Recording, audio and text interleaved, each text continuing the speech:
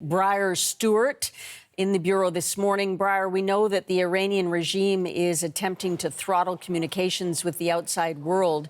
But you have been reaching in Iranians inside the country. I'm very curious about what they are telling you about what's happening there. Yeah, Susan, it's just so difficult to really get any kind of accurate picture of what's going on the ground there because of this communication blackout and internet blackout that's lasted more than 130 hours now. And to give people a sense of how we've been trying to reach people over the last couple of days, we've been, reaching out on different messaging platforms, making calls. And I would say in the vast majority of instances, we cannot connect. It's impossible. But working with an Iranian who has a network, a connection network in the country. She's been able to reach out to people on Telegram, one of the messaging platforms, and I was able to provide questions to people, and they were able to respond back, not in a voice chat or in a video chat, but in messaging. And that's why I'd like to read just some of the quotes that a few Iranians have sent us over really the last 24 hours. And I want to begin with a young student from the central Iranian city of Isfahan. He was talking about the protests, some of the first nights where we saw such large crowds on the street burning vehicles and buildings. And he said, I personally witnessed gunfire and attack, tear gas, sound bombs, flares, live ammunition and pellet guns were used. I witnessed the confirmed death of at least one person right next to me, and that body was taken away. We've also heard from a man living in the northern part of the city of Tehran, a 47-year-old.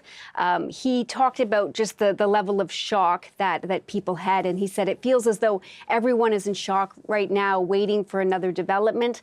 At the same time, there are many forces on the street, many mercenaries and plainclothes agents.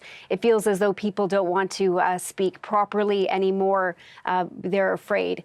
Even when we talk to friends, he said it feels as though, people are afraid. It feels as though people don't want to speak properly to each other. Even when we talk on the phone with close friends, our tone has changed. People speak differently because the fear is so very pervasive. And I'll read you one more. This was from a 22-year-old student living in a southern city in Iran.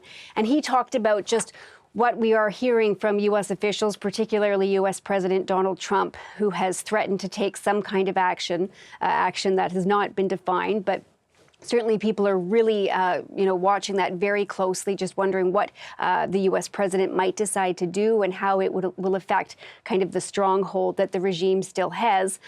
Here's a quote from the student who said that regarding Trump and foreign support in general, personally, my focus is not on them. I hope that if they do intervene, it leads to accelerating events and reducing the costs borne by the people. I doubt Trump was bluffing, and up to this point, I think he's had a positive effect. Beyond that, I don't know. People hope that the repressors, commanders, and key figures of the Islamic regime will be targeted by drones and missiles. Again, all three of these individuals we were able to reach on a social media platform, Telegram. We know who they are, but they did not want us to identify them publicly because of fear of severe reprisals, given everything that's happened there.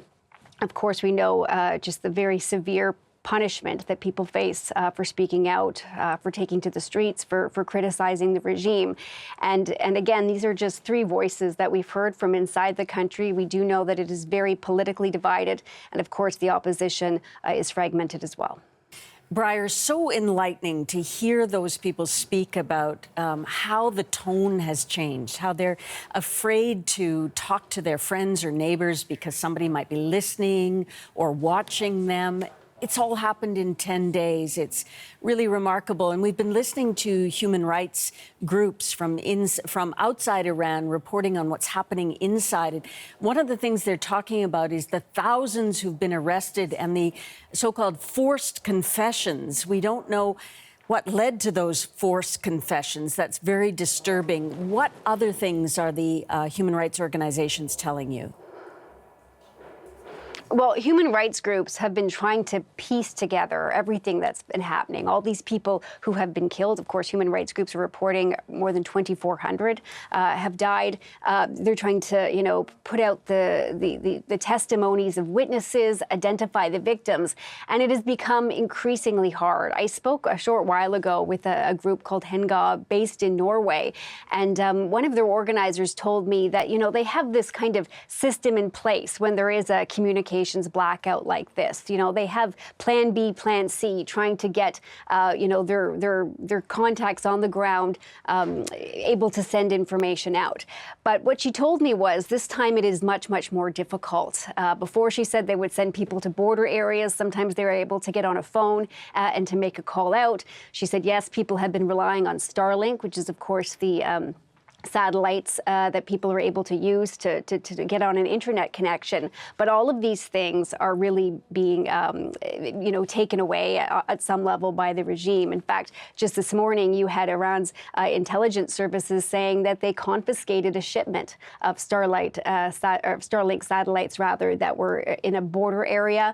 There are also reports of Iranian authorities going kind of door to door, taking people's satellite dishes because they don't want them to have access to foreign media.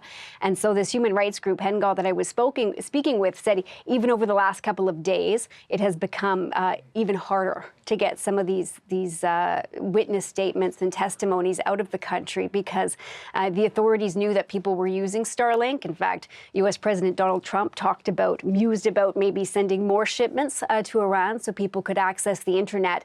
And it does seem like that is one area they are really cracking down on now.